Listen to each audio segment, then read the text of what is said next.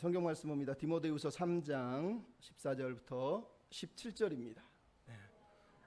오늘은 나의 사랑하는 책이라는 제목으로 말씀을 나눕니다. 기도하겠습니다. 하나님 말씀을 묵상합니다. 깨닫게 하시고 알게 하시고 우리에게 허락하신 이 성경 또 주의 말씀을 더욱 사모하게 하옵소서.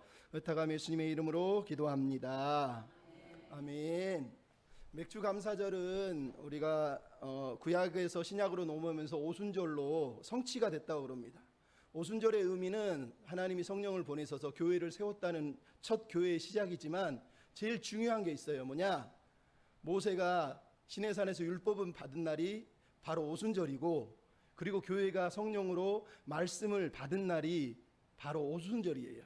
그래서 맥주 감사절에서 가장 중요한 건 성령님이 우리에게 임하셔서, 어떤 사람은 뭐 신약성경 사도행전 2장 보면서 막 불이 임했다고 그러는데 그게 아니라 불처럼 갈라진 혀들이 하나님의 말씀의 영이, 선지자의 영이 임해서 말씀 사역을 할 수 있는 시작을 했다라는 뜻이에요. 그래서 오순절에 교회에게 중요한 건 말씀이에요. 말씀. 우리가 열매를 거둘 수 있는 비결은 말씀을 통해서 하나님께 열매를 올려드리는 거예요. 우리가 읽은 오늘 본문 내용을 가만히 보시면 제가 줄을 그어놨어요. 배우고 배운 어려서부터 믿음으로 구원의 성경, 교육, 뭐 이런 단어들.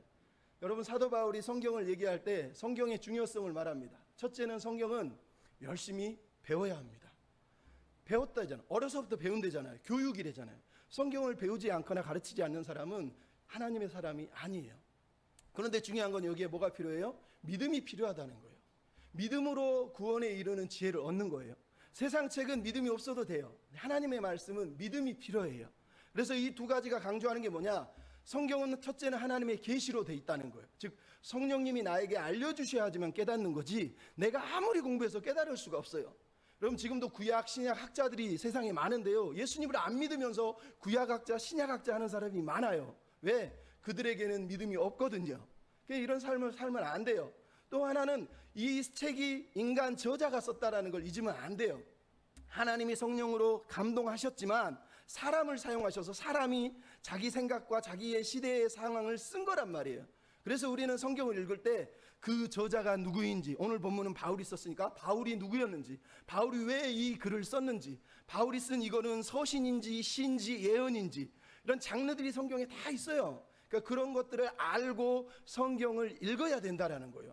그래서 우리는 배워야 되고 거기에 믿음이 필요한 거예요. 그러니까 믿음과 배움은 같이 가야지, 나는 믿으니까 성경 필요 없어요, 예수 믿고 구원받으면 되죠. 그 사람은 신앙이 어리거나 아직 성경을 잘 이해를 못하는 거예요. 나아가서 성경을 하나님이 주신 이유가 뭘까요? 소통이에요. 소통. 즉 하나님이 성령의 감동으로 줬다는 말이 뭐예요? 저번에도 말했지만 하나님은 우리에게 말씀하신다는 거예요. 말씀. 자기를 성경을 통해서 보여주시면서 내가 너희와 함께 관계를 맺고 싶다라는 뜻이에요. 즉 하나님을 아는 지식을 우리가 깨닫게 하려고 성경을 주신 거예요. 그래서 이사야 11장 9절에 뭐라고 하죠? 물이 바다를 덮음같이 모든 사람이 하나님을 아는 지식에 이르기를 원한다. 하박국서 2장 4절도 물이 바다를 덮음같이 여호와를 인정하는 것이 모든 땅에 충만하기를 원한다. 즉 하나님은 성경을 통해서 우리가 하나님을 알기를 원하신다라는 거예요. 그러니까 이런 하나님의 마음을 절대로 잊어버리시면 안 된다는 거예요. 왜 성경을 주셨다고 말합니까? 오늘 본문 얘기하죠. 이는 하나님의 사람으로, 즉 하나님의 형상을 입은 사람으로 다시 새롭게 해서 선한 일을 하게 하려고, 선한 영향력을 행사하게 하려고. 그래서 결론이 뭐예요? 순종하는 삶, 변화된 삶. 이게 성경의 목적이라니까요. 성경을 하나님이 주신 이유가 뭐예요?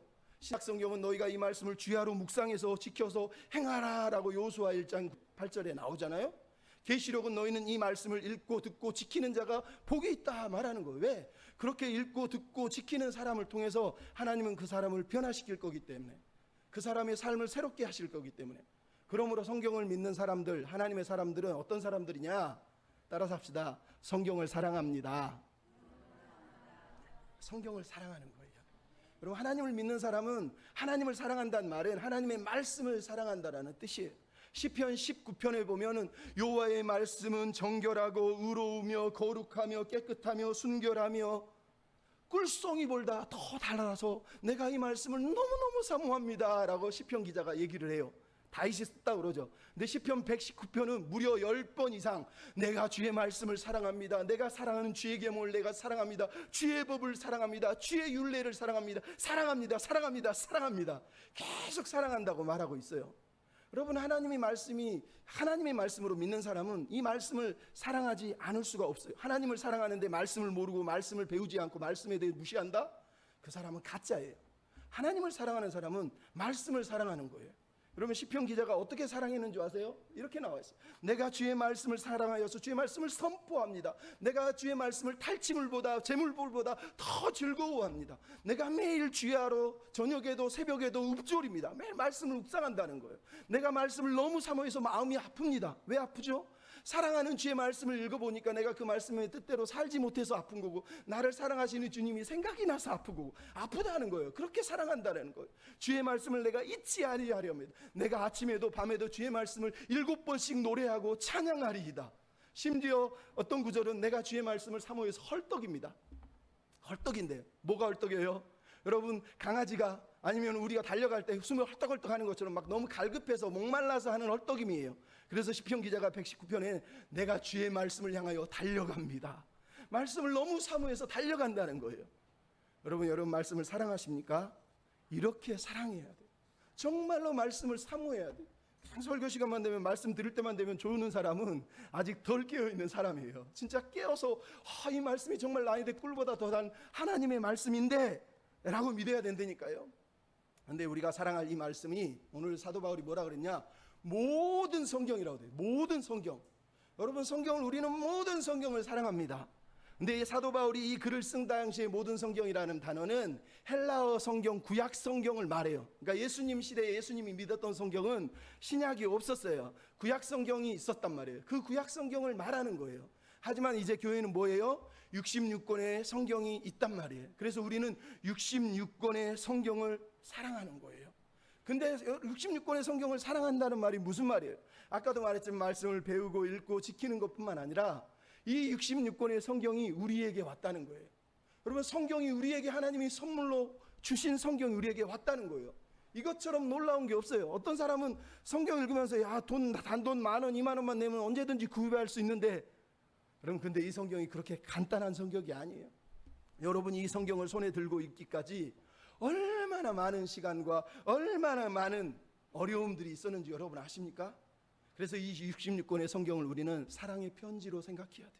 하나님이 36번 나에게 사랑의 편지를 써주셨구나. 이 36권의 편지를 읽으면서 하나님 나를 이렇게 사랑하시지 라는 마음으로 우리가 성경을 읽어야 되는 거예요. 그렇게 여러분 사모해야 돼요. 왜? 이 성경을 우리는 정경이라고 그래요. 정경이란 말은 캐논이라고 하는 헬라어에서 나왔는데 표준, 기준, 잣대라는 말이에요. 이 말은 성경이 우리 생활에, 우리 신앙의 기준이고 표준이란 말도 되지만 66권을 교회가 표준으로, 기준으로 정했다는 뜻이에요. 그럼 이게 중요한 거예요. 66권은 어느 날 갑자기 뚝 떨어진 게 아니라 구약시대부터 믿었던 사람들이 신앙으로 고백하고 이게 성경이에요, 이게 성경이에요 하고 믿었던 이 성경 말씀이 마지막에 하나님의 섭리 가운데 66권이 되어서 우리 가운데 오게 됐다는 거예요. 얼마나 여러분 감사한지 모릅니다. 그러면 여러분 알아야 돼요. 이 성경이 어떻게 우리에게 왔느냐, 이거를 생각해 볼 때 우리가 감사한 게 있어요. 첫째는 정경, 즉 하나님의 말씀이 66권이 되는 과정을 쭉 보면 옛날에는 하나님이 직통계시를 하세요. 꿈으로도 얘기하세요. 환상으로도 얘기하세요. 근데 성경이 발전되어가는 과정 속에 하나님이 이제는 기록된 말씀으로 계속 성경을 기록하게 하시고, 신약으로 와서는 꿈이 아니라 환상이 아니라 이 말씀을 통해서 우리와 대화하시고 우리에게 말씀을 한다는 거예요. 그러면 이거를 놓치시면 안 돼요. 그래서 우리는, 하나님을 믿는 백성은 더더욱이나 기록된 말씀을 사랑하는 거예요. 말씀 시시해요. 꿈으로 들려주세요. 직통계시해 주세요. 그 사람들은 여전히 아직 믿음이 성장하지 못한 사람들이란 말이죠. 또 하나는 이 성경이 뭐냐? 선물이에요. 선물. 이 성경이 어떤 사람들에게 주어진 게 아니라 우리 모두에게 하나님이 선물로 주셨다니 얼마나 감사합니까? 여러분, 이 값진 거를 선물로 여러분이 받은 거예요. 왜? 여러분, 성경을 번역한 역사를 보면 이 언어가 고급 언어가 아니라 모든 평범한 사람들이 읽을 수 있는 언어로 성경을 번역했단 말이에요. 안 그랬으면 우리는 성경 읽지도 못했을 거예요. 구경도 못했을 거예요. 여러분, 그런 일이 있었어요. 나중에 설명하겠지. 그래서 성경을 사랑하는 사람들은 성경을 번역했던 사람들의 희생을 여러분이 기억해야 돼요. 이 성경이 우리에게 오기까지요 수많은 아픔과 고초와 어려움이 있었다는 거예요. 여러분 이 정도는 알아야 돼요. 여러분 저 큰 교회들 가보세요. 세상에 평신도 성경 신학대학을 해요. 평신도들 모아가지고 신학교육을 한다니까요. 믿어주세요? 교회 와가지고 성경 몇 구절 그거 좀 안다고 막 까불 수가 없어요. 저런 교회들은 막 신학 공부를 세상의 장로들을 목사님처럼 가르치는 교회들이 얼마나 많은 줄 알아요? 근데 여러분 교회 다니면서 무식하게 하나님 모르는 척 그렇게 살면 되겠습니까? 더더욱이나 우리가 사랑하는 이 말씀을 사랑해야 되지 않겠어요? 그래서 우리에게 성경이 어떻게 우리에게 왔는지를 생각해보고 이 성경을 왜 내가 사랑해야 되는지를 잠깐만 생각해 보려고 합니다. 여러분 성경이 처음 시작됐을 때는 성경이 기록되기 전에는 구전으로 사람들이 입에서 입으로 하나님의 말씀이 전달됐을 거예요.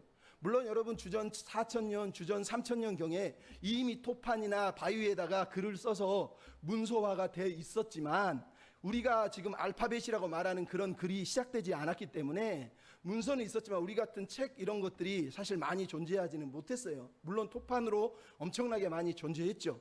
근데 알파벳이 주전 2000년부터 1500년 사이에 알파벳이 시작돼요. 그것도 가나안 땅에서. 그래서 최초의 가나안 알파벳이 주전 14세기에 시작. 여러분 주전이 뭐냐? 예수님이 오신 이후를 주후, 예수님이 태어나기 전을 주전이라 그래요. 그러니까 예수님이 태어나기 2000년 전, 1500년 전에 가나안 땅에 알파벳이 시작돼서 그동안에는 서령 문자, 세기 문자 이렇게 쫙쫙쫙 긋거나 하는 이렇게 막 하는 그런 문자들이었는데 이때부터는 삼각형, 사각형, 우리식으로 막 이렇게 쓰는 것처럼 문자가 발견이 돼서 문자화되고 글자화됐다는 거예요. 참 놀라운 거죠. 이 모든 것들이 그래서 문서화되기 시작해요. 그래서 성경이 최초로 글이 언제 시작되느냐? 모세오경. 모세가 최초로 글을 시작해요. 그래서 모세에 보면 뭐라 그럽니까? 하나님이 모세에게 너는 이것을 율법책을 써라. 그래서 돌에다가 글을 쓰고 있는 걸 보게 된단 말이에요. 그렇게 글을 쓰는 거예요. 나중에 신명기에 보면 뭐가 나오냐? 모세가 모든 율법을 책에 기록을 했대요. 그러니까 책에 기록을 한 거예요. 그다음에 여호수아를 보면 여호수아 24장에 보면 여호수아가 언약 백성들과 언약을 다시 맺은 다음에 모든 율법책을 책에다가 썼대요. 사무엘서 10장에도 보면 사무엘이 책에다가 그 모든 하나님의 말씀을 썼다고 얘기하고 있어요. 즉 우리가 여러분 이 성경을 갖기까지 이렇게 문자가 발전되다가 나중에 다윗 시대가 되면 그때부터는 서기관들이 있어요. 서기관이라는 사람들은 부유한 사람들이었어요. 그래서 글을 쓰고 만들고 줄을 긋고 아무나 할 수 없는 긴 고된 훈련을 통해서 책이 소멸되지 않도록 파피루스에 글을 쓰면 이게 얼마 안 있으면 사라지고 녹아버리잖아요. 그래서 다시 베껴 쓰고 하는 일들을 벌어지면서 다윗 시대에 서기관들이 많이 등장을 해요. 그러니까 주전 1700년부터 300년 사이에 고대 근동 사람들은 문맹률이 무척 높았대요. 글을 잘 못 썼대요. 근데 신기한 건 이스라엘 사람들은 주전 8세기, 6세기에 문맹률이 낮았다는 거예요. 왜? 글 쓰는 프로그램이 이미 다윗 시대부터 생겨서 사람들이 글을 쓰고 읽는 일이 벌어졌다는 거예요. 물론 그렇다고 해서 우리처럼 책을 가지고 지냈다는 뜻은 아니에요. 하지만 이렇게 글자를 썼다는 거예요. 근데 여러분 나중에 북이스라엘이 멸망을 하니까 북이스라엘 사람들이 자기들만 모여서 성경을 하나 만들어요. 그게 사마리아 오경이라는데 이건 중요하지 않고 그 다음에 포로기가 닥치니까 포로기 이후로 이스라엘 백성이 바벨론 포로로 끌려갑니다. 그때부터 히브리어로 쓰던 사람들이 그 당시 언어가 아람어로 변형이 돼서 모든 국제 언어가 아람어가 되는 거예요. 그러니까 공용어가 일상어가 아람어로 바뀌니까 히브리어를 점점 잃어가요. 히브리어를 상실해가요. 그래서 느헤미야서에 보면 우리가 저번에 봤지만 느헤미야 시대에 이스라엘 자녀들이 히브리어를 읽을 줄 몰라요. 그래서 에스라가 선지자가 말씀을 강론할 때 사실은 성경을 히브리어로 읽고 아람어로 설명을 하는 거예요. 그러다가 나중에 아람어로 성경을 만들게 되는데 그게 탈굼이라고 하는 아람어 성경이 등장해요. 왜 등장했다고요? 히브리어를 모르는 사람들한테 아람어로 성경을 들려주기 위해서 등장을 한 거예요. 그러다 보니까 말라기 시대까지는 이스라엘 사람들이 히브리어를 쓰기는 썼지만 아람어 성경이 필요해서 아람어가 여전히 쓰였어요. 그럼에도 문서화는 계속 진행되다가 나중에 이스라엘 백성들이 어떻게 되느냐? 성경을 보관해야 되는데 처음에는 성전에 보관하다가 나중에는 회당에 보관했다는 거예요. 회당. 여러분 성경이 얼마나 두루마리로 이렇게 말아가지고 보관하는데 힘들겠어요. 성경 전체를 다 보관하는 회당이 없었어요. 그래서 어떤 회당에 가면 모세오경이 있고 어떤 회당에 가면 여호수아서가 있고 어떤 회당에 가면 사사기가 있고 이렇게 찢어서 보관을 하게 됐다는 거예요. 근데 이게 재밌는 게 뭔지 아세요? 이 두루마리 성경을 아무나 읽을 수가 없고요. 남자들만 읽어요. 여자와 아이들은 성경을 읽지도 못하고 있고, 여러분 여기 있는 절반은요 성경을 구경도 못하는 거예요. 그 당시 시대에. 참 어이가 없죠. 근데 이런 과정을 거쳐서 성경이 우리에게 왔다는 거예요. 어떻게? 바로 이스라엘 백성들이, 서기관들이 이 두루마리가 얼마나 길었는지 모세오경만 풀어서 쭉 놀리면은요 33m래요. 여러분 책을 썼는데 한 권 책이 두루마리로 말하는데 쫙 펴면 33m라는 거예요. 이거를 다 성경 전체를 마차에다 실으면 마차의 3분의 2를 채워야지 성경이 다 기록된대요. 우리나라 돈으로 얼마가 되는 줄 아세요? 하나로 따지면 1억 300만 원 정도 된대요. 여러분은 지금 이거 만돈 2만 원 3만 원 가지고 성경이 있지만 옛날로 따지면 1억 300만 원짜리라니까. 이게 여러분 다 1억 이상 가지고 계신 거예요. 실제로 엄청나게 부유한 사람들인 거예요. 우리가 이렇게 비싼 성경을, 모세의 오경을 비롯한 성경을 이스라엘 사람들이 사라지지 않도록 보존하는 훈련을 해서 서기관들을, 그래서 서기관들은 글을 쓸 때요 먼저 목욕을 하고요, 종이도 깨끗한 거, 펜도 깨끗한 거를 써야 되고, 하나님의 이름을 쓸 때는 목욕을 하고 다시 써야 되고요, 하나님의 이름을 쓰는 펜하고 일반 펜하고 또 틀려요. 거기다가 줄 간격, 띄어쓰기를 다 정해놔서 나중에 다 쓰고 나면 맨 가운데 글자가 똑같지 않으면 불태워버려야 돼요. 무슨 얘기냐? 하나라도 잘못 쓰면 안 되니까 똑같이 베껴 쓰게 만든 거예요. 그래가지고 나중에 글을 다 쓰고 나서 비교를 해요. 한자가 틀리면 그 장만 찢어내고 다시 쓰지만 3번 틀렸다 그러면 전체를 다 불태워버렸다는 거예요. 그 정도로 엄격하게 이 사람들이 성경을 보존한 거예요. 그래가지고 이 성경이 결국은 우리한테 온 거예요. 그래서 서기관을 계산하는 사람들이다라고 히브리어의 뜻이 그런 뜻인데, 이 히브리 사람들이 유디 성경을 보존하기 위해서 얼마나 노력을 많이 했는지 모세오경을 보면 모세오경만 전체 글자를 다 이 사람들이 씌웠는데 세은 글자가 40만 945글자래요. 이 사람들이 이걸 다 신 거, 일일이 신 거예요. 그래서 베껴 쓴 글자가 이보다 작거나 많으면 이거 잘못 썼네 그러고 다 불태워버렸다는 거예요. 그 정도로 이 성경 말씀이 틀리지 않으려고 예를 썼다는 거예요. 얼마나 대단합니까? 모세오경의 가운데 글자는 뒤져보니까 레위기 16장 16절에 10장 16절에 찾은 즉이래요. 가운데 단어는 제가 잘못 써놨네요. 레위기 14장 11장 42절에 배라는 거예요. 이거를 비교하는 거예요. 그래서 가운데 글자가 틀리면 또 찢어서 태워서 없애버리는 거예요. 여러분 이 정도로 이 사람들이 철저하게 성경을 관리를 했다는 거예요. 그래서 이 사람들이 나중에 이 성경을 보존해서 이렇게 된 마소라 성경이라고 그러는데, 이게 주전 9세기까지 흘러와서 주전 9세기의 히브리 성경을 우리가 지금 사실은 이 번역해가지고 우리가 지금 읽고 있는 거예요. 이 성경을 마소라 학자들이 쓴 마소라 사본이라고 사실은 말하는데요, 얼마나 이 사람들이 노력을 해서 성경을 썼겠어요. 좀 대단한 거예요. 근데 이런 노력을 1200년 동안 한 거예요. 그러니까 주전 2세기 3세기부터 아람어로 히브리어가 사라져가고 아람어를 쓰고 나중에 헬라어를 쓰고 로마 라틴어를 쓰니까 히브리 사람들이 자기 언어를 지키기 위해서, 성경을 지키기 위해서 1200년 동안 이거를 계속 서기관들이 쓰고 해서 지금까지 남아있게 만들었다는 거예요. 만약 이 중에 한 사람이라도 잘못 썼으면 큰일 났겠죠. 근데 이렇게 해서 보존이 됐다는 거야. 근데 재미있는 게 뭐예요? 주전 3세기에 알렉산더 대왕 때 모든 사람들이 헬라어를 쓰는 일이 벌어진 거예요. 그러니까 이스라엘 사람 중에 이집트로 끌려가서 저기 알렉산드리아 같은 데서 살던 사람들은 자기 언어 히브리어도 잊어버려, 아람어도 이제 헬라어로 변형되니까 헬라어를 쓰니까 아람어도 몰라. 그래서 결국은 70인역이라고 하는 70명의 학자가 모여서 헬라어로 된 성경을 번역을 하게 되는 거예요. 여러분 왜 번역했다고요? 헬라어를 쓰는 사람들에게 성경을 헬라어로 가르쳐야 되니까. 그래서 헬라어로 번역을 했다는 거예요. 이거를 우리가 70인역이라고 그래요. 이 70인역이 뭐 30 많지만 중요한 것 하나는 헬라어로 번역을 했다는 거예요. 그것도 어떤 헬라어? 예수님 시대에 쓰던, 예수님이 읽었던 성경인 고인의 헬라어라고 그래요. 엄청난 고급 헬라어, 귀족들만 읽는 헬라어가 아니라 아이들도, 평범한 사람들도 다 읽을 수 있는 헬라어로 성경을 읽은 거예요. 제가 지금 얘기하는 걸 잘 들으셔야 돼요. 성경을 번역할 때 번역가들이 뭘 했다는 얘기예요? 우리 모두가 누구나 읽을 수 있는 성경을 만들기 위해서 엄청 애를 썼다는 거예요. 근데 그러다가 나중에 로마 시대가 돼요. 헬라 로마 시대가 되니까 무슨 일이 벌어져요? 파피루스라고 하는 종이는 사가지고 부식되니까 나중에는 양피지가 생겨요. 양피지는 양의 표피에다 쓰잖아요. 근데 양의 표피지에 두루마리로 말아도 막 33m 막 이래 버리니까 어떻게 보관을 해요?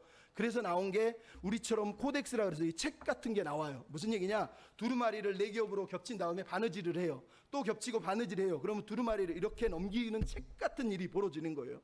그러니까 이때부터 책이라고 하는 것이 이 세상에 등장을 하는 거예요.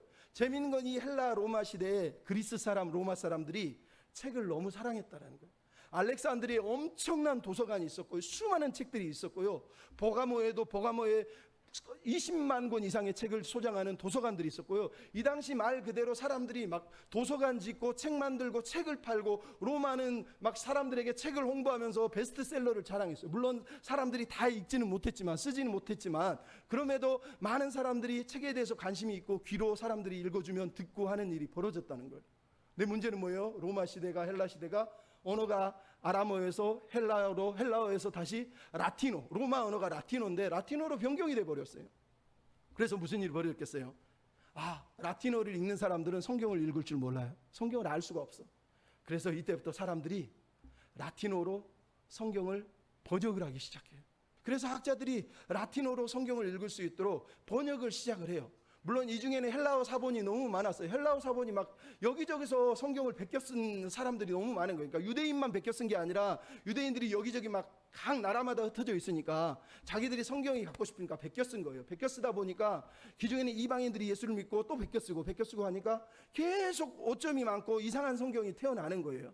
그래서 이 글을 읽다가 오리겐이라고 하는 사람은 성경을 여섯 글자를 비교해서 6행으로 해서 히브리어, 헬라어 5개를 비교하면서 번역을 하는 일이 벌어진 거예요. 3세기엔 루시앙이라고 하는 사람이 헬라어 사본들을 막 긁어 모아가지고 한 권의 헬라어 성경을 만들기 시작하는데, 이게 비잔틴 사본이라 그래서 문제가 많은 사본이 돼요. 나중에 이제 얘기할 거예요. 그리고 마지막에는 주후 382년에 다마스쿠스라고 하는 황제가, 헬라어 성경이 너무 많은데 우리 민족에게 라틴어 성경을, 한 권짜리 성경을 주자. 이전에도 라틴어 성경이 사실 있었어요. 그래서 한 권짜리를 만들기로 황제가 마음을 먹고 사람을 찾았는데, 그 사람이 바로 그 당시에 가장 공부를 잘하고 똑똑했던 제롬이라고 하는 학자였어요. 제롬은 부유한 집에 태어나서 너무너무 돈이 많은 부자였어요. 그러니까 부모가 로마로 보내서 어려서부터 라틴어, 헬라어, 고급 언어를 다 배우고 문학에 전공을 하는데 자기는 예수 믿는 사람이었단 말이죠. 근데 어느 날 꿈을 꾸는데 하나님이 나타났어요. 너 누구냐? 제롬이라고 하는 사람이 그랬어요. 저는 그리스도입니다. 그랬더니 하나님이, 내 이놈! 어떻게 나한테 거짓말을 하냐? 너는 키케로의 제자지 내 제자가 아니다.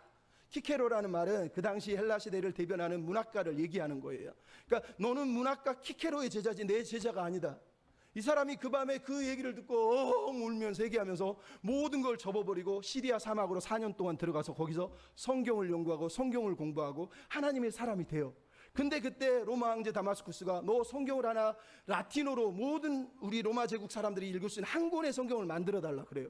그래서 이 사람이 베들레헴으로 들어가서 라틴어 성경을 만들기 위해서 성경 사본을 번역하러 가는데, 마침 베들레헴에 딱 들어갔더니 무슨 일이 벌어지냐면, 베들레헴의 어떤 한 곳에서 아이들 시체가 해골이 막 나온 거예요. 그러니까 사람들이, 와, 이게 무슨 일이지 그러는데, 그 중에 사람들이 있어요. 이게 예수님 시대에 예수님 대신 죽은 아이들이래, 이런 거예요.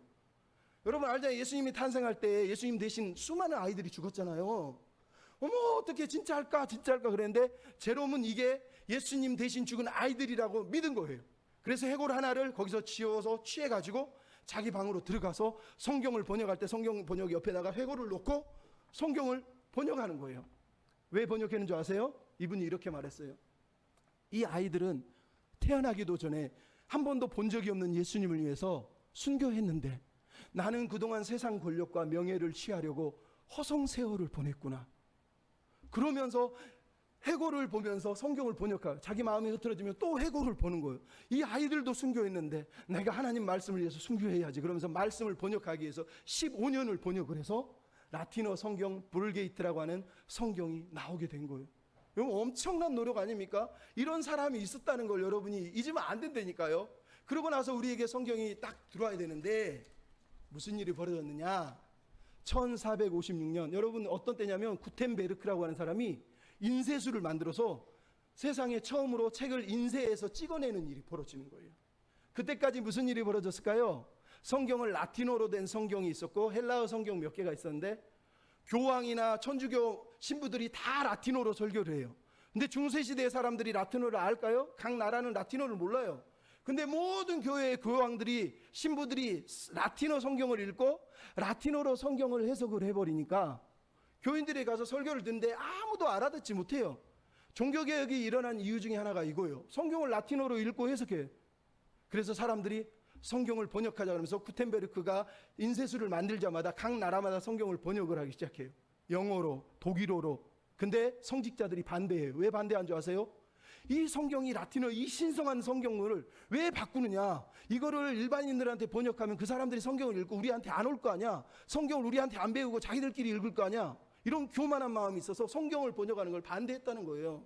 여러분 믿으시죠? 여러분이 그 당시에 살았으면요, 성경을 읽지도 못하고요, 성경 구경도 못해요. 왜? 성경 한 권이 1300년 경에는 목회자, 우리식으로 목회자 1년 월급이 1년 월급. 1년 월급치 성경을 누가 어디서 구합니까? 책이 아무리 많아도 살 수가 없는 거예요. 근데 그 당시 목회자들이 자기들만 성경을 독점하기 위해서, 이 거룩한 성경을 나만 알기 위해서 설교 시간에 라틴어로 막 설교하고 읽어버리니까 아무도 이해를 못하는 일이 벌어진 거예요. 얼마나 비참합니까? 그래서 종교개혁이 일어난 거예요. 근데 이 인쇄술이 일어나기도 전에 종교개혁의 아버지라고 하는 존 위클리프라고 하는 사람이 성경을 영어 성경으로 번역하는 일이 벌어져요. 그 다음에 윌리엄 틴데일이라고 하는 사람이 인쇄술이 뛰어난 이후에 성경을 번역해요. 그 다음에 에라스무스가 번역을 하고, 그 다음에 킹 제임스 성경이 나오는데 요거를 잠깐 설명을 드려야 되는 이유가 있어요. 첫째, 여러분 존 위클리프라고 하는 사람이 있었는데, 이 사람은 영국의 유명한 학자였는데 교황의 권위에 대적하고 교황이 돈을 걷어서 교회를 꾸려가는 것에 반대했어요. 이 금욕주의자들아 그러면서 반대를 했던 사람이에요. 근데 이 사람이 백성들에게 성경을 모르는 걸 보고 안 되겠다, 이 라틴어를 영어 성경으로 번역해야지 그러면서 영어 성경을 번역했더니 사람들이 막 쫓아와서 성직자들이 반대를 했어요. 그때 이 사람이 소리를 질렀어요. 성경을 읽기에 학식이 부족한 사람은 아무도 없다. 비록 무지한 사람일지라도 성경을 읽으면 그것을 다 배울 수 있을 것이다. 나는 이 성경을 번역할 거야. 그러면서 성경을 번역해버린 거예요. 근데 그 당시 로마 교황청이 이 사람을 이단으로 정죄를 해서, 물론 이 사람은 성경을 번역하고 1년 후에 돌아가시지만 44년 후에 이 사람 시체를 꺼내서 뼈를 다시 불잘라서 강에다 뿌리고 이 사람이 쓴 성경을 다 불태워버렸어요. 그러면 이 성경 하나를 우리의 언어에 가까이 다가오려고 할 때 이런 노력이 있어요. 두 번째로 이제 인쇄술이 발간되기 위해 1500년경에는 윌리엄 틴데일이라고 하는 사람이 성경을 번역하는데 영어로 다시 번역하기로 했어요. 근데 영국 국교회에서 로마 교황청하고 또 성직자들이 이 성경을 번역을 방해를 하는 거예요. 그래서 독일로 가서 숨어서 독일에서 성경을 번역해서 영어 성경을 번역을 하면서 시작해요. 사람들이 소리쳤어요. 반대했어요. 그때 이 사람이 소리쳤어요. 하나님이 내 생명을 연장해 주시면 쟁기질하는 소년들도 당신들보다, 이 교만한 인간들보다 더 성경을 잘 알게 나는 만들 것입니다 라고 소리치면서 성경을 번역을 한 거예요. 그래서 영어 성경이 세상에 초판이 나왔는데 수많은 사람들이 이 영어 성경이 팔려가지고 읽게 되는 일이 벌어진 거예요. 그동안 사람들이 비싸서 못 읽고 알지 못해서 못 읽는 거. 여러분 우리나라 한글이 언제 창제됐어요? 1443년이에요. 인쇄술이 딱 시작하기 바로 한 해 전에 됐는데, 우리는 그때야 한민정음 만들었는데 벌벌 떨면서 이거 가르치면 안 된다, 우리는 한문 공자를 섬기는 나라를 섬겨야 된다고 이랬던 때 아닙니까? 근데 이미 성경은요 주전 1400년부터 시작해서 우리가 읽을 수 있는 걸로 번역하기 위해서 성경 저자들부터 시작해서 교부들까지 노력을 거듭하면서 성경이 영어 성경으로 우리에게 다가온 일이 벌어진다니까요. 근데 한 가지 아쉬운 게 있어요. 에라스무스라고 하는 사람이 있었어요. 이 사람은 그리스어 헬라어를 열심히 배워서 자기가 아는 성경을 헬라어로 번역을 하고 싶었어요. 왜냐하면 그 당시에 헬라어 성경 사본이 너무 많았으니까. 그래서 이 사람이 수집해서 성경을 번역을 했는데, 가장 안 좋은 성경, 아까도 말했지만 루시앙이라고 하는 사람이 3세기에 번역했던 비잔틴 성경이라고 하는 사본을 가져다가 그걸 가지고 성경을 번역을 해버려요. 그리고 이 사람이 쓴 성경을 가지고 킹 제임스라고 하는 사람이 1604년에 학자들 47명을 모아가지고 너희들 이 성경을 가지고 영어 성경을 하나 만들어라. 그래서 나온 게 뭐냐, 킹 제임스 성경이라고 하는 성경이 세상에 나온 거예요. 그리고 이 성경이 300년 동안 유럽을 지배하는 거예요.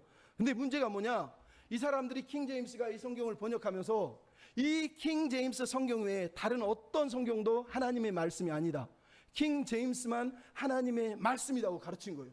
우리나라에 이걸 지금도 가르치는 사람이 있어요. 정동수 목사, 이런 사람들, 이 완전 사이비들이에요. 성경이 지금도 킹 제임스 성경만이 하나님이 성경이 영감을 주신 성경이라는 거예요. 다른 성경을 읽어도 안 돼요. 개역 개정, 개역 한글 다 가짜라는 거예요. 여러분 믿어지세요? 말이 대사하고 믿으세요? 말이 안 되잖아요. 왜? 성경에 원래 언어가 뭐예요? 히브리어, 헬라어, 아람어 변천을 했는데 자기들이 영어 성경을 번역해 놓은 걸 가지고 이게 하나님의 말씀이래요. 여러분, 이런 사람은 듣지도 말고 믿지도 말고 이런 사람이 쓴 책은 다 버려도 돼요. 아니, 말도 안 되는 사람들 설교단에 서가지고 설교하면서 이 사람을 따르는 사람, 우리나라 교회가 엄청나게 많은 사람들이 말씀 보존학회에서 나온 책을 읽으면서 이게 마치 하나님의 말씀이라고, 킹제임스 외에는 다른 건 읽으면 안 된다고 가르치거든요. 그런 교회 가도 안 되고 그런 사람 만나도 안 돼요. 이렇게 오만한 사람들이 어디 있습니까? 성경은요, 누구나 읽을 수 있도록 번역한 거예요. 위에 이 성경이 왜 문제냐고요? 사본의 문제가 많았어요. 왜? 에라스무스가 성경을 번역할 때, 그리스어로 번역할 때 아주 흠이 많은 사본들을 집약을 했거든요. 이거를 번역한 거예요. 그러니까 이게 아무리 킹제임스 성경이 고급 언어예요. 완전히 고급 영어라고 그러거든요. 우리 요즘은 쓰지도 않는 고급 영어로 만들어진 성경이에요. 근데 이것만 가지고 거룩한 성경이라고 가르치니 말이 됩니까, 여러분? 교회 다니면서 이 정도는 알아야 돼요. 안 그러면요, 여러분 이단이 와가지고 신천지는 뭐예요? 개혁 개정은 읽지도 않고 개혁 한글 성경만 들고, 야, 이만희의 교리는 개혁 한글에 다 들어있다는 거예요. 개혁 한글만 성경이라는 거예요. 이게 믿어지세요? 이게 이단들이 하는 거예요. 우리가 겸손하다는 건 성경을 번역된 걸로 인정하는 거예요. 그리고 받아들이는 거예요.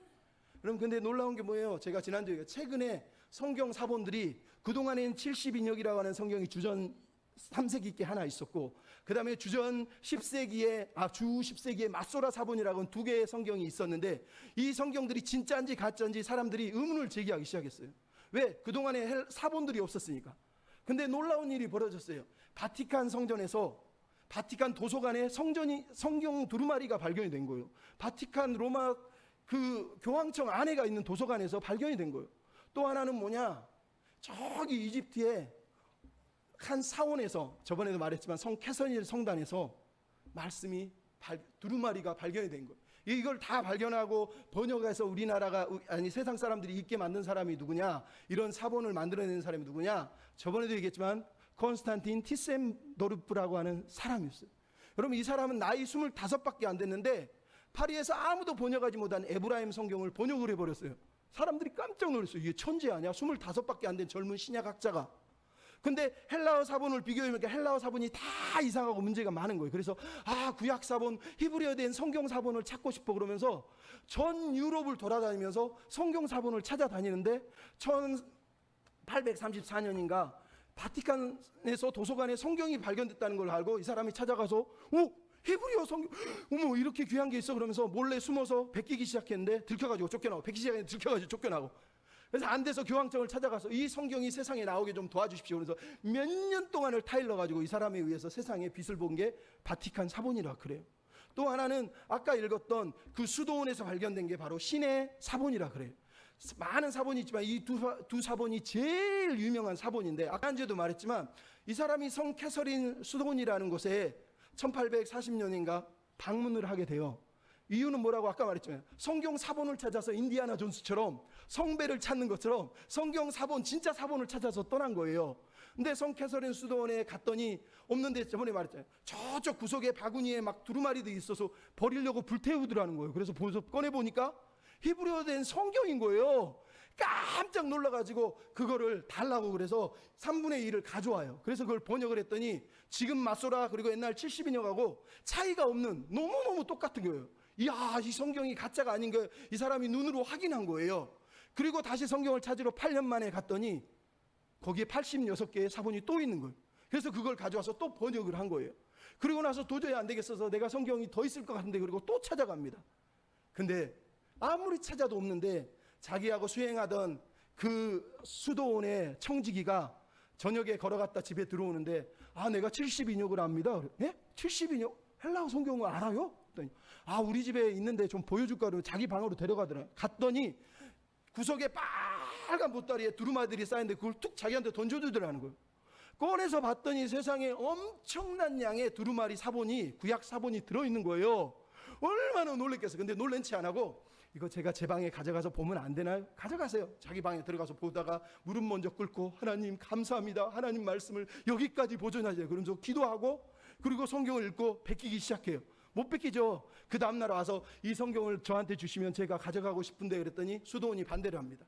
수도 원장한테 허락을 맡아요. 근데 수도 원장이 카이로로 여행을 가고 있다는 거예요. 그래서 이 사람이 마차를 타고 그 사막을 질주해가지고 수도 원장을 쫓아가요. 그래서 제발 이 성경을 우리가 소유하게 해주십시오. 다시 갖다 드릴 테니까 간청을 하니까 이 사람이 그러면 허락을 하겠다. 그 대신 나한테 선물을 줘야 된다. 그래서 나중에 엄청난 양의 돈을 받기는 하지만, 그래서 이 성경을 취해서 자기 고국으로 못 가고 카이로에서 2명의 조력자를 데려다가 무려 2달 동안 베껴 쓰기를 시작해요. 그리고 그를 다시 정리해서 2년 만에 성경이 나오는데 이게 신의 사본이라 그래요. 근데 이 사본이 그 전에 있었던 1000년 이전의 책과 그 이전에 있었던 책들을 2000년 3년의 책들을 비교해 보니까 성경이 거의 똑같다는 거예요. 얼마나 놀랍습니까? 이 사람이 이런 노력을 안 했으면 우리가 이런 은혜를 받을 수 있었겠습니까? 이런 노력에 의해서 성경이 발견이 된 거예요. 그 이후에도 나중에요, 이집트의 옥시링크스라고 하는 쓰레기 더미에서 젊은 학자 2명이 가가지고요 성경을 찾아내고요, 그 다음에 양치기들이 가가지고요 성경을 또 찾아내는 일이 1947년까지 있었다니까요. 그러니까 이게 몇 년도 되지 않아요. 80년 주죠. 이제 고작 80년 전, 90년 전 이야기예요. 근데 이런 성경들이 발견됐는데 이것들을 갖다가 옛날 마소라 사본, 그리스 사본을 비교해 보니까 성경이 거의 비슷한 형태로 보존이 됐다는 거예요. 여러분, 이게 기적이라는 거예요. 하나님이 이걸 없애버리실 수도 있는데 우리가 읽을 수 있도록 지금까지 이거를 보존시켜 놨다는 거예요. 여러분, 이 사건을 여러분은 이거는 신비하게 받아들여. 어떻게 이런 일이 벌어졌겠냐는 거예요. 근데 여러분, 이 성경이 오늘 우리나라에는 이렇게 많습니다. 개역 한글, 표준 세번역, 개정개정, 공동번역, 현대인의 성경, 쉬운 성경. 이 외에도 많아요. 우리나라에 지금 뭐 드라마 성경부터 시작해서 톰슨 성경, 뭐 주석 성경도 엄청 많아요. 근데 이 성경들이 다 뭐라고요? 한문에서 번역한 거예요. 히브리어, 헬라어, 라틴어에서 영어로, 영어에서 한문으로, 한문에서 일본어로, 한문에서 한글로 번역돼서 우리가 지금 이 성경을 읽고 있는 거예요. 그러니까 여러분, 감사해야 돼요. 우리 한글도 모르는 시대에 하나님의 말씀을 보존해서 우리가 한글이 창제되고 나서 이제 1400년이니까 이제 나중에 1880년대 될 때 선교사들이 한문에서 한글로 번역을 시작하거든요. 여러분, 시간이 조금 있으니까 이것만 하고 마치려고 해요. 잘 보세요, 여러분.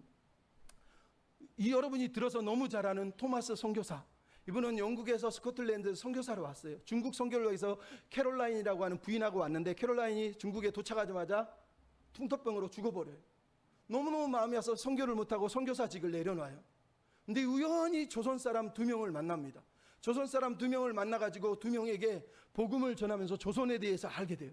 그래서 혼자 조선 땅에 들어가서 저 서쪽에 있는 백령도 근처의 섬들을 혼자 50몇 일을 돌아다닌 다음에 나중에 다시 돌아와요. 그리고 나서 병인 양요가 일어났던 그 해에 8월 달에 제너럴 셔먼이라고 하는 배를 타고 우리나라에 들어오는데, 성경을 한 보따리를 싸서 들어오면서 사람들한테 내가 조선의 성경을 가져다 주러 갑니다. 얼마나 기쁜지 모릅니다. 조선 사람들에게 이 성경이 전한되는 게 너무너무 행복합니다 했는데, 조선 사람들이 배를 불태워버리고 이 사람은 물에서 빠져나오자마자 목이 잘려서 죽습니다. 네, 여러분이 잘 알지만 죽기 전에 무슨 일이 벌어져요? 이 사람이 2명의 성경을 나눠줘요. 한 사람은 박충곤이라고 하는 사람에게 나눠주는데 30대의 젊은 병사예요. 이 사람에게 죽어가면서 성경책을 줘요. 또 한 사람은 채치량이라고 하는 12살 먹은 아이에게 성경책을 줘요. 네, 놀라운 일이 벌어져요. 박충곤이라고 하는 30살 먹은 이 병사는 성경을 받았는데 두려우니까 집에다 숨겨놔요. 근데 조카인 이영태라고 하는 사람이 집에 왔다가 그걸 보고 읽으면서 한문을 아니까 읽다가, 우와, 이게 뭐야? 이런 게 있어? 그리고 성경을 읽다가 이 사람이 하나님을 믿게 돼요. 그리고 나서 중국으로 넘어가서 중국의 존 로스라는 선교사를 도와서 성경을 번역하는데 일조를 하는 거예요. 12살 먹은 채치량은 자기가 성경이 뭔지도 모르는데 평양 그 당시 관리였던 박영식이라고 하는 사람한테 성경을 줘요. 박영식은 성경이 아니라 그 당시 종이가 너무 귀하니까 성경을 쫙쫙 찢어가지고 벽에다 막 붙여서 도배를 해버린 거예요. 근데 무슨 일이 벌어져요? 일어나도 성경, 누워도 성경, 이쪽 봐도 성경, 저쪽 봐도 성경, 뒤로 돌아도 성경, 앞으로 돌아도 성경, 온통 성경이에요. 관심이 없었는데 계속 글자가 들어와. 그러다 보니까 하나님이 믿어지네? 이 사람이 성경을 읽다가 하나님을 믿게 돼버려요. 여러분, 이런 기적이 벌어졌다니까요. 그러면서 나중에 사무엘 마페 선교사를 만나가지고, 선교사님, 제가 우리 집에 예수를 믿게 됐는데 우리 집에 성경이 있어요. 선교사가 가보니까 성경책이 따닥따닥 한문 성경이 보여. 이게 누구 거요? 토마스 나보다 먼저 평양에 선교하러 온 분이 계셨어요? 사무엘 마페 선교사가 깜짝 놀라는 일이 벌어져요. 나중에 박영식이라고 하는 사람이 세운 교회가 널다리 교회, 이 교회가 나중에 평양 장대인 교회, 우리나라에 1907년에 대부흥이 일었다는 그 교회에 이 사람이 장로가 되는 거예요. 박춘권이라는 사람은 무슨 일이 벌어졌냐, 33년이 지난 다음에 사무엘 마펫 선교사한테 찾아와서, 선교사님, 제가 옛날에 젊은 선교사 한 명을 목으로 잘라 죽였는데 그 이후로 마음이 너무 아팠는데 예수님을 믿고 나서 이분이 복음을 전하게 나한테 왔다는 걸 알았는데 내가 이 죄를 어떻게 덜어내야 됩니까? 아니에요. 하나님이 토마스 선교사를 통해서 당신에게 복음을 전해주시려고 보내주신 거예요. 당신이 이제 예수를 굳게 믿으세요. 이 사람이 평양 안주교회 장로가 돼서 죽을 때까지 하나님의 나라를 위해서 살아가는 일이 벌어진다는 거예요. 그러면 성경 한 권을 전하기 위해서 목숨을 버려서 여러분이 지금 들고 있는 이 성경이 여기 있는 거예요. 토마스 선교사가 죽고 나서 윌리엄슨 선교사가 스코틀랜드에 전화를 해서, 전화가 아니라 전보겠지만, 선교사 좀 보내주세요. 선교사 좀 보내주세요. 그래서 두 명의 선교사인 존 로스와 맥킨타이어라고 하는 선교사가 들어옵니다. 그 중에 한 분이 존 로스라고 하는 선교사님. 이분이 처음에 도착해가지고는 중국 선교를 하다가 토마스 일주기가 돼서 고려문이라고 하는 곳이 있어요. 고려문은 그 당시 청나라와 조선이 오고 가는 경계 지역에 있는 조선 사람들이, 상인들이 중국으로 올 때 꼭 드나드는 곳이 고려문이에요. 토마스 선교사를 생각하고 들어가지는 못하니까 거기 서서 보는데 갑자기 저기서 조선 사람들이 들어오는 걸 보면서, 야, 내가 조선 사람들한테 복음을 전했으면 좋겠다, 이런 마음이 들어서 조선의 복음을 전하기 위해서 고민을 하고 있었는데, 어느 날 50살 먹은 한 사람이 우연히 조선 상이니까 만나게 되는데, 이 사람한테 성경을 건네주고 예수를 전하는데, 이 사람은 성경만 받고 가버려요. 근데 그냥 간 게 아니라 가서 그 아들이 성경책을 조카인가 읽다가 백홍준이라고 하는 사람이 성경을 읽고 예수를 믿어버려요. 이런 성경이 있냐고. 그러면서 존 로스 목사를 찾아와서 성경을 번역하는 일에 도와주겠다고 그래서 두 사람이 성경을 번역해요. 그리고 몇 년 후에 이응찬이라고 하는 사람이, 평양도 의주에 살던 사람이 배에다가 짐을 잔뜩 싣고 압록강을 건너서 대동강을 건너서 들어오는데 풍랑을 만나서 모든 걸 다 잃어버리고 몸만 간신히 살아서, 선교사가 이 사람을 치료해주고 존 로스 선교사를 만나서 먹을 걸 지원해주면서 이 사람을 양육하게 되는데, 이 사람이 거기서 예수를 믿으면서 성경 번역에 동참을 해요. 나중에는 의주에서 홍삼 장사를 하던 서상윤, 서경조, 이런 두 사람이 형제가 왔는데 갑자기 서상윤이 배가 아픈데 원인을 알 수가 없어요. 중국 사람은 고치지를 못해. 근데 그때 헌트 선교사라고 하는 선교사 한 분이 의술이 뛰어나서 이 사람을 고치면서 맥킨타이어 선교사에게 소개하고, 맥킨타이어 선교사가 예수를 전한 다음에 예수를 믿고 존 로스 선교사한테 소개를 해서 이 두 형제가 존 로스 선교사와 함께 성경 번역을 또 시작을 해요. 그래서 한문 성경을 한글 성경으로 번역을 해요. 그리고 이 사람들이 나중에 우리나라 최초의 세례 교인이 되고, 서상윤은 소래교회라고 우리나라의 최초의 교회를 세우는 사람이 되는 거예요. 더 재미있는 건 맨 끝에 있는 김청송. 이 사람은 어려서부터 좀 힘들고 어렵게 살았지만 식자공이에요. 식자공이 뭔지 알죠? 인쇄할 때 기역, 니은, 디귿을 철자로 찍어서 박는 사람을 말하는 거예요. 근데 이 사람은 그 당시까지는 식자공이지만 어려우니까 우리 임신환이라 그래서 소화제 배탈 제거하는 그 약을 팔러 고려문을 지나서 중국에 갔는데 장사가 안 되는 거예요. 근데 가만히 보니까 존 로스 선교사가 한글로 번역한 성경을 찍고 싶어서 사람을 구한다는 얘기를 듣고, 내가 그러면 가서 한글 성경이 뭔지 모르지만 한글을 찍는 책을 만들어야 되겠다 찾아가요. 존 로스 선교사가 딱 얼굴을 보니까 깡패 같아. 너무 싫었어요. 그래서 안 쓰고 싶었는데 중국인 두 명은 있는데 한 명이 한글을 아는 사람이 필요하니까 어쩔 수 없이 이 사람을 받았어요. 이 사람이 얼굴은 우락부락한데 너무너무 성실하게 그냥 계속 성경을 식자공이니까 맞추고 찍고 이러는 거예요. 근데 놀라운 일이 벌어졌어요. 이 사람이 누가복음을 한자 찍다가 글자가 이제 한글로 들어오는 거예요. 하나님에 대해서, 예수님에 대해서 글자가 들어오는 거예요. 그걸 찍으면서 이 사람이 하나님에 대해서 궁금해져요. 예수님에 대해서 궁금해져요. 저 옆에 있는 두 명의 중국인 조사들한테, 여기 누가복음에 있는 이 글자가 무슨 뜻이요? 예수는 누구고 하나님은 누구요? 가르쳐줘요. 그런 거예요? 그래서 찍으면서 이 사람이 성경을 읽는 거예요. 그러면서 찍다가 예수를 믿어요. 한글로 찍다가. 그래서 이 사람이 예수를 믿어서 나중에 식자공 역할을 하다가 한글 번역하고 모든 걸 내려놓고 복음 전도자가 돼서 의주 땅 압록강 주변에다가 한글을 전하는 선교사로 사는 거예요. 여러분, 이런 일이 벌어졌대요. 어떻게? 하나님이 우리를 사랑하셔서 그렇게 한 거예요. 마지막으로 시간이 갔지만 한 명만 더 얘기하고 마칠게요. 여러분, 우리나라가 이 강화도 조약 이후에 1882년에 이제 이모군란이 일어나고 하는데 두 번이나 일본이 신사유람단을 파송을 해요. 첫 번째는 안종수라고 하는 사람이 갔는데 일본 사람이 자기에게 산상수훈 족자를 주면서 조선 땅에는 공자가 아니라 이 하나님의 말씀이 필요합니다 그랬는데 이 사람이 죽을까가 그걸 안 받고 그냥 오면서 두 번째 신사유람단으로 참석하는 이수정이라는 사람, 이 사람이 그 당시 홍문관에 있던 승정원 출신의 사람인데 이 사람한테 얘기를 해요. 그래서 이 사람이 일본에 가서 농업 기술을 배우러 가서 스다센이라고 하는 농업 박사지만 미국에서 이미 하나님을 믿은 사람이에요. 이 사람을 만나게 돼요.